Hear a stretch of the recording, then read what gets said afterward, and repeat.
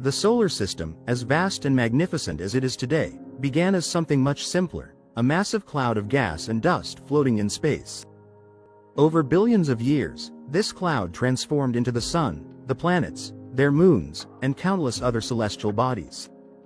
Understanding how the solar system formed helps us not only learn about our own cosmic neighborhood but also how other planetary systems in the universe might come to be. The most widely accepted explanation for the formation of the solar system is called the nebular hypothesis. According to this theory, around 4.6 billion years ago, a large cloud of gas and dust, called a solar nebula, began to collapse under its own gravity. This collapse may have been triggered by the shockwave of a nearby supernova explosion. As the cloud contracted, it began to spin faster and flatten into a disk-like shape. At the center of this spinning disk, the material became so dense and hot that nuclear fusion began. This process ignited our sun, forming the central star of the solar system. Meanwhile, the remaining material in the surrounding disk began to clump together, forming what would eventually become planets, moons, asteroids, and comets. The process that formed the planets is called accretion. Small particles of dust and ice collided and stuck together due to static electricity and gravity, forming larger and larger clumps called planetesimals.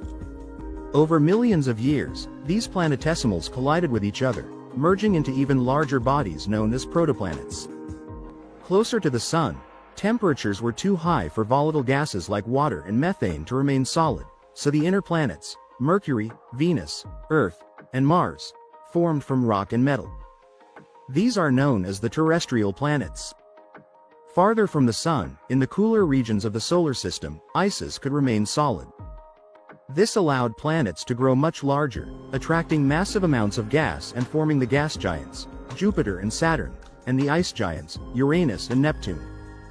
These planets have thick atmospheres of hydrogen, helium, and other gases. As the planets grew, their gravity began to clear the surrounding space of debris.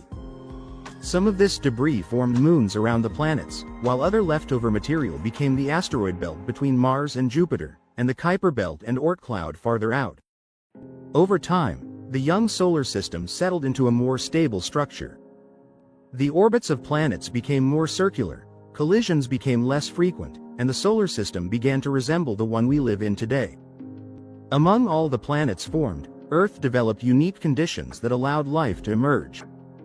Positioned in the Goldilocks zone, not too hot and not too cold, Earth maintained liquid water on its surface, an atmosphere, and a magnetic field, all of which were crucial for the development and protection of life. The formation of the Moon is also believed to be the result of a massive collision between the early Earth and a Mars-sized object named Theia.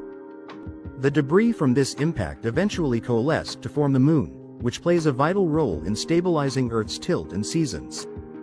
The formation of the solar system is a remarkable story of transformation, from a cold, chaotic cloud of dust to the organized and life-supporting system we see today. Through natural processes like gravity, collision, and fusion, the solar system took shape over billions of years.